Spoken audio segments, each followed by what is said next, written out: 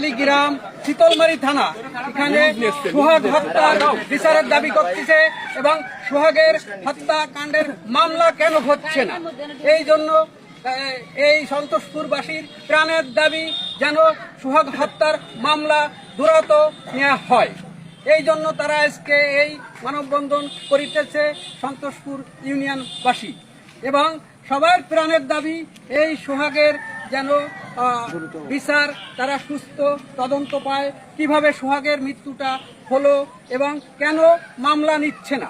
এই জন্য তারা আজকে এই দাবি তুলেছে সন্তোষপুর ইউনিয়ন হাদিখালি গ্রামবাসী। এই জন্য আজকে মানববন্ধন করতেছে এবং দেখতেছেন আপনারা সবাই এই মানববন্ধনটির মূল উদ্দেশ্য হচ্ছে সোহাগ এক পরিবারের 5 বোনের এক ভাই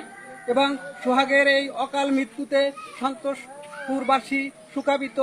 তাদের দাবি কেন সোহাগ হত্যার মামলা নিচ্ছে না, এই দাবিতে তারা আজকে এই মানববন্ধনটি করতেছে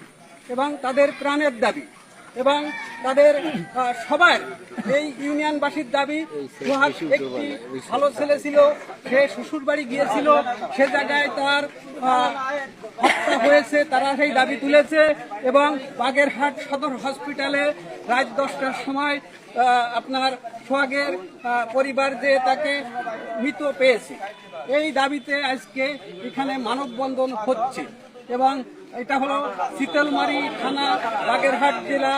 এবং হাদিখালি গ্রাম এবং সবার প্রাণের দাবি যে সোহাগ হত্যার মামলাটি যেন দ্রুত রেকর্ড করে, এই জন্য সবার দাবি এবং সোহাগ হত্যার এই দাবিতে আজকে এই মানববন্ধনটি হচ্ছে এবং তাদের সবার প্রাণের দাবি সোহাগের যে হত্যাকাণ্ডটি হয়েছে কেন তার মামলা থানায় নিচ্ছে, এই জন্য আজকে এই দাবিটি